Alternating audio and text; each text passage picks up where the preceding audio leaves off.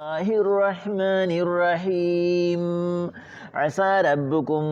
ان يرحمكم کیدی شي تاسو رب تاسو رحم کی و ان عدتم او کچر تاسو واپس شو خپل نه فرمانو ته عدنا منګ به سزا ته واپس شو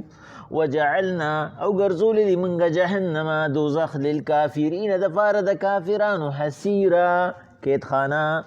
إن هذا القرآن يهدي للتي هي أقوم بشك دا قرآن هدايت كي لا رخي نيغا ويبشر المؤمنين الذين يعملون الصالحات او خوش خبری دا پار دا مؤمنان حاغ کسان دی چه عمل کئی دنیکو ان لهم اجرا کبیرا چه بشک ردی دا پارا اجر دلوی وان الذين لا يؤمنون بالآخرة او بشک حاغ کسان چه یقین نکی پا آخرت باندی اعتدنا لهم عذابا علیما تیار کردی منگا دا آغی دا پارا عذاب دردناک اللہ پاک وی پیغمبر علیہ السلام اللہ پاک د موسی علیہ السلام په ذریعہ باندې یهودیانو ته دا خبره واضحه کړه چې عسى ربکم ان يرحمکم کیدی شي تاسو رب پتا سو باندې رحم وکړي یعنی دغه دوه تاسو لوی لوی غلطۍ وي دغه دوه تاسو لوی لوی نافرمانی وي او د دې دپاره وي چې تاسو د الله پاک هغه قهر لغونته کې ووینئ چې الله پاک تاسو هغه اخري حد ته ورسولې نو کچرې تاسو د دغې نه نصیحت او وصیت واغسته د دغه سزاګانو نه چې په تاسو باندې په یو ځای باندې رال نو خو ډېره ښه ده الله به په تاسو رحم وکړي لکه څنګه چې الله پاک وایي ما تاسو سره بیا امداد وکړو وامددناکم باموال وبنین په مال او په اولاد سره مې در باندې امداد وکړو نو د دې دوه پیرونه پس که تاسو سم شوئ الله پاک خپل رحم جاری ساتي و ان عدتم عدنا او کچرې تاسو خپلو نافرمانو ته را واپس شوئ نو موږ به خپلو سزاګانو ته واپس شو عیسی علیه السلام په باره کې راځي یو پیرا د خپلو حواریینو سره روانو په سفر باندې تبلیغي سفر په یو ښار باندې ورلو چې په هغه ښار کې صرف لاشونه پراتو او هغه هم داسې چې د ډېرې زمانې و بس تش پنجر او چا ښخ کړي هم نو که چېرې که کوټې لیده نو په هغې کې هم پراتو که پټې لیده په هغې کې هم پراتو په باغ کې هم پراتو په بازار کې هم پراتو چې بازار هغه شکل ښکارېدو او که څوک په دوکان کې و نو په دوکان کې بس په ځای ترې نڅاوتی و چې څنګه و که ناست و که ولاړو بس تش پنجر عیسی علیه السلام ورته ډېر حیران شو چېر دا هلاکت خو په دې راغلی دی خو چې دا په دې څنګه راغلی دی د الله پاک نه سوال وکړو خدای پاکه دا تا چې دې له دومره عجیبه سزا ورکړې ده چې یو کس پکې هم په داسې حالت کې نه دی مړ چې موږ ووایو چې دی ښخ کړی شوی دی یا دې له دینه پاتې شوی دی خو چې څوک کوم ځای کې و هلته پې هلاکت راغلی دی او په هغه حالت کې د هغوی صرف چې کوم دی نو هغه تش پنجر یا نسکور دی یا ناست دی یا چې کوم دی نو په څه طریقه باندې دی الله پاک ورته وایي عیسی علیه السلام دلته کې شپه تېره کړه تا ته به په خپله باندې دي الووي عیسی علیه السلام د الله په حکم هلته شپه کړه چې شپه شوه الله ورته حکم وکړو ویې راپیسه ورته ووایه راپه به سي بس هغه ورته چې کوم دی نه خپل الفاظ وي چې قم باذن الله د الله په حکم راپاسې په هغه ټولو لاشونو کې چې غونډه خاریه وه صرف یو کس راپاسې هغه په خپل شکل شو عیسی علیه السلام له راغی عیسی علیه السلام ته یې ویي چې تاسو زما نه څه تپوس دی ما نه تپوس وکړئ عیسی علیه السلام ورته ویي عجیبه خبره خو له اول نه دا ده چې ما ټولو ته قم باذن الله ویلي دي او په هغه ټولو کې یو تره ژوندی شوي دا نور ژوندي نه شو پتا کې څه چل دی اول نه خو ما ته دا ووایه پتا کې څه چل دی بیا دې راته د قوم خبره وکړه هغه ورته وایي جي وایي زه د دې قوم فرد یم موږ ستا د زمانې نه یو موږ ستا د زمانې نه ډېر مخکې هلاک شوي یو موږ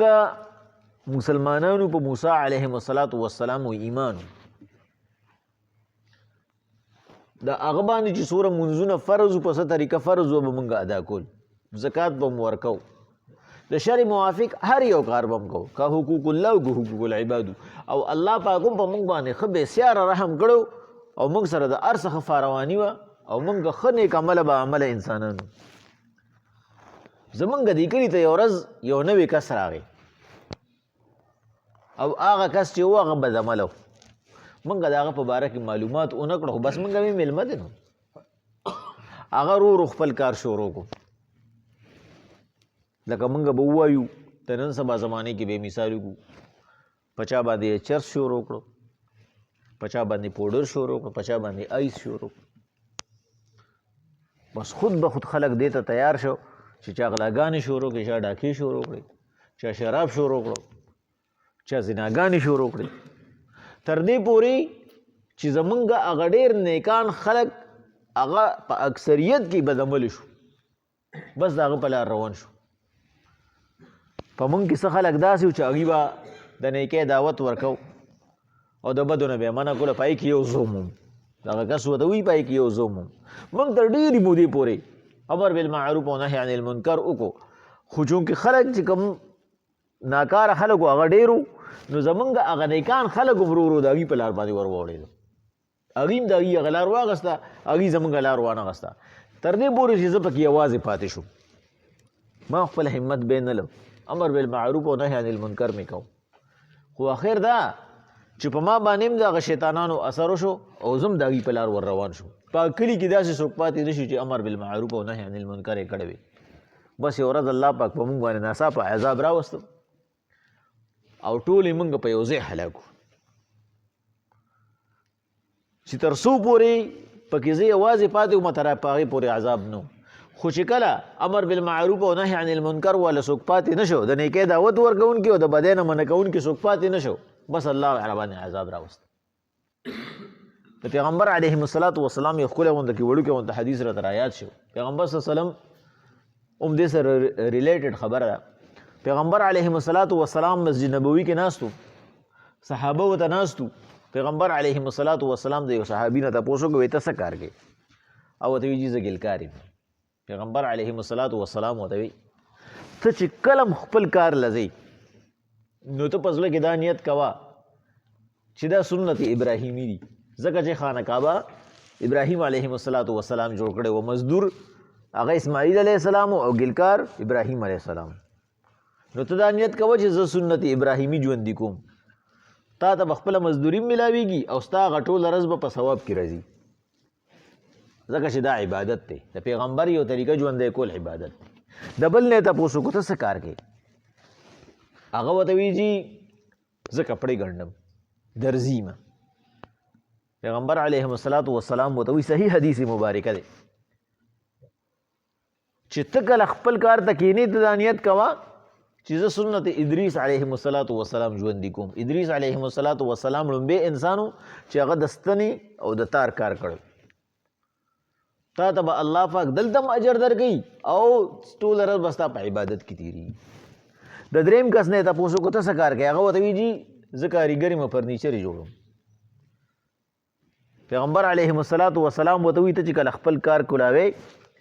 نو ته دا نیت کوه چې زه سنت نوح ژوندي کوم کشتۍ هغه جوړه کړې وه. دغه شانتې یو یو یو یو یو یو بلا صحابو نه یې تپوس وکړو د هغوی د حرفت په باره کې او چې هغوی به ورته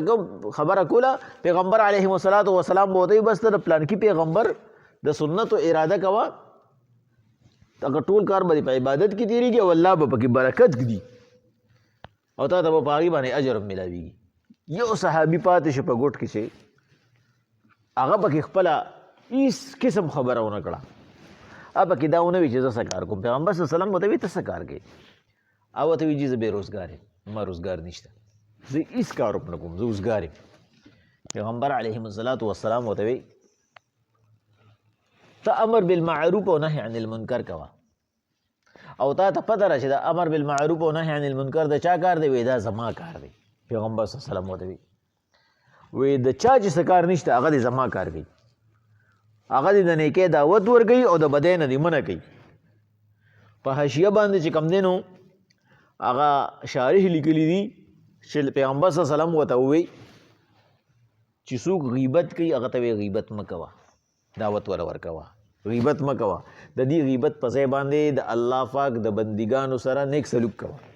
چې څوک چغلي کوي ته وایې چغلي مه کوه، څوک نشه کوي ورته وایې نشه مه کوه.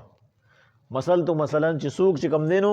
کم د شر خلاف کار کوي هغه ته وایې د شر خلاف کار مه کوه. د هغې په ځای ورته د مونځ دعوت ورکوه، په هغې په ځای ورته د خیر زکات دعوت ورکوه، د هغې په ځای ورته د ذکر و اذکار دعوت ورکوه. نه الله پاک بس دا روزګار هم روان کي هم په دنیا هم په آخرت. خو نیت پیدا کوه چې دا د محمد رسول الله صلی الله علیه وسلم طریقه ده. یعنی دا امر بالمعروف او نهی عن المنکر یو داسې طریقه ده چې تر څو پورې د دې نه دا خبره ثابته شوه چې د نیکۍ دعوت ورکوونکي او د بدۍ نه منع کوونکي شته، الله هلته کې عذاب نه راولي. د عیسی علیه السلام ته هم هغه قوم وله هغه دا ووایي چې تر څو پورې په مونږ کې دا کسانو خیر خیریت و. خو چې کله د خلکو له ځانځاني شو بس لکه مونږ وایو بای خپل قبر کې به سمړي، چې کم یو وایي چې په خپل قبر کې به سمړي بس ټول په قبرونو کې سملاست. الله پاک وایي پیغمبر علیهم السلام نو مونږ یهودیانو ته وایي چې وإن عدتم عدنا، کچرې تاسو خپلو ګناهونو ته واپس شئ مونږ به سزاګانو ته واپس شو. وجعلنا جهنم للکافرین حسیرا، او مونږ سره یو قیدخانه ده د دې دوزخ د بدعملو دپاره چې هغه دوزخ دی. په دنیا کې جیلونه دي او په آخرت کې جیل هغه دوزخ دی.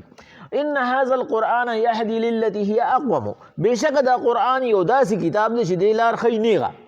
دا اقوم ښکلې معنی چې کړې ده نو هغه په مدارک کې امام نصفي صاحب کړې ده. هغه وایي د اقوم نه مقصد چې کوم دی نو هغه صراط مستقیم دی، نیغه لار ښیي دا قرآن. ويبشر المؤمنین الذین یعملون الصالحات، مؤمنانو له زیری ورکا. حکم مومنانو له زیر ورکا چې څوک نیک عمل هم کوي، یوازې کلمې نه ویلي په کلمه باندې عمل هم کوي، نو هغوی له زیر ورکا چې ان لهم اجرا کبیرا، د هغوی دپاره اجر لوی دی. د پیغمبر علیهم السلام حدیث مبارکه دی چې تاسو چې څومره کیدی شي تاسو د الله پاک نه دعاګانې غواړئ. او دعاګانې د څه غواړئ؟ دوه قسمه دعاګانې غواړئ، یو د ایمان بالخیر او بل د انجام بالخیر، چې خدای پاکه ته یو زما ایمان نصیب کې په دنیا کې، بل چې کله د دنیا نه زما نو انجام مې نیک کې په هغه اخري موقع باندې مې مخویې. نو پیغمبر صلی الله علیه وسلم وایي 3 وختونه داسې دي چې په هغې کې دا دعا بالکل ډایرکټ قبلیږي، چې په هغه وخت کې ته دعا وکړي دعا قبلیږي. یو چې کله بانګ ویلي کېږي، چې کله د بانګ په وخت کې مونږ چې کوم دی نو هینډ فرای په غوږونو کې ایښي او مونږ ګانې اورو، نو دغه ټایم یو داسې ټایم دی چې دغه وخت کې دعاګانې قبلیږي. نو د هغه چا هم قبلیږي چې څوک بانګ وایي، د هغه دپاره الله پاک ډارې قبلیږي، ځکه چې د پیغمبر صلی الله علیه وسلم حدیث مبارکه دی که چېرې د دې بانګ والا ته د خپل ثواب پته ولګي نو خلک به په دې باندې جګړې وکړي او خلک به په یو بل قتل کړي. د دې بانګ دومره زیات ثواب دی. او هغه کس چې اوري او هغه د بانګ ځان سره وایي د دې جواب ورکړي، د دې جواب دا دی چې بغیر د حي علی الصلاة او حي علی الفلاح نه دغه بانګ دوباره ریپیټ کول دي. صرف چې حي علی الصلاة راشي نو لا حول ولا قوة الا بالله، او چې حي علی الفلاح راشي نو لا حول ولا قوة الا بالله ویل غواړي. نو چې دا وایي بیا د دې نه پس چې دعا وغواړي الله پاک به لازمن دعا قبلي. بل چې کله باران وریږي، دا باران د الله رحمت دی، نو د باران په وخت کې دعا ډېره قبلیږي. بل پیغمبر صلی الله علیه وسلم وایي د ماښام د بانګ نه پس تر جمعات نه تر وتو تر ټایمه پورې چې ته کومه دعا وغواړې الله یې قبلي. دا د قبولیت وخت دی. د ماښام یعنی قبولیت وختونه خو ډېر دي، خو دا هغه وختونه دي چې د دې ډېر زیات امکان دی چې هغه الله پاک ډایرکټ په ډایرکټ باندې قبوله کړي. نو الله پاک وایي تاسو خاص کر چې کوم دی پیغمبر صلی الله علیه وسلم وایي تاسو د دې اهتمام وکړئ چې که نور تاسو ته مصروفیات دي، تاسو چې کوم دی نو تاسو د مونځ دپاره ټایم نشئ ایستی، نو کم از کم د 3 ټایمه کې دا ټایمونه لازمن وباسئ چې یو د بانګ په وخت کې دعا غواړئ. د دې دعا پته به تاسو ته وایي پیغمبر صلی الله علیه وسلم وایي ولګي خو په میدان حشر کې به ولګي، که په دنیا کې راته ونه لګېده. او دویم هغه تاسو د ماښام ټایم کې، او دریم چې کله باران وریږي نو دعاګانې غواړئ. الله پاک وایي ځکه یعملون الصالحات ان لهم اجرا کبیرا، هغه کسان چې هغه د ایمان سره سره نیک عمل هم کوي د هغه دپاره لوی اجر دی. وان الذین لا یؤمنون بالآخرة، او هغه کسان چې هغه یقین نه ساتي په آخرت باندې. اوس مونږ به وایو چې داسې به مسلمانانو کې کم کسان دي چې په آخرت یقین نشته. هر هغه کس دی چې هغه د نیکۍ خبره ووري او نیک عمل ونه کړي، نو دا هغه کس دی الله وایي کلا بل تکذبون بالدین، اصل کې د زړه نه دی دا قیامت نه مني، دا قیامت دی دروغ ګڼي. کني که دا قیامت د رښتیا ګڼلې نو د عادت چې کوم د نیکۍ دعوت میلو شو د به خامخا قبلو د به د آخرت دپاره څه ناسه ځان لکول. الله وی لا یؤمنون بالآخرة، په آخرت یقین نشته نو اعتدنا لهم عذابا الیما، د هغوی دپاره عذاب دردناک دی. الله دې موږ د خلکو د لیست نه وباسي. الله پاک وی چې څوک د آخرت دپاره تیاری نه کوي نو په آخرت کې خو صرف د بیا د جزا او د سزا عمل را روان دی، نوې عمل خو نه کېږي، صرف ریزلټ دی. نو چې د نتیجې دپاره د مخکې نه امتحان په صفر کې ورکړی دی نو د نتیجه به کوم ځای کې چې کوم دی نو په 100% کې راشي. بس د دې لپاره دردناک عذاب دی. دې په دنیا کې دا محسوسه کړي چې دا زه ځان سره بد کوم چې زه د آخرت په باره کې سوچ نه کوم او د دنیا د دې لږ اسایش په باره کې سوچ کوم. بسم الله الرحمن الرحیم. عسى ربکم ان یرحمکم، کیدی شي ستاسو رب په تاسو رحم وکړي. وان عدتم عدنا، او که تاسو ګناهونو ته واپس شئ موږ به سزاګانو ته واپس شو. وجعلنا جهنم للکافرین حسیرا، او موږ ګرځولې دا جهنم د کافرانو دپاره جیل خانه. ان هذا القرآن، بشک دا قرآن چې دی یهدي لاره ښیي للتي هي اقوم، هغه چې هغه نیغه ده الله طرف ته. ویبشر المؤمنین الذین یعملون الصالحات، او خوشخبری ور مؤمنانو ته هغه چې نیک عملونه کوي ان لهم اجرا کبیرا، چې د هغوی دپاره بدلی دی لوی. وان الذین لا یؤمنون بالآخرة، او بشک هغه کسان چې یقین نه ساتي په آخرت باندې اعتدنا لهم عذابا الیما، تیار کړی دی موږ د هغوی دپاره عذاب دردناک. عسى ربكم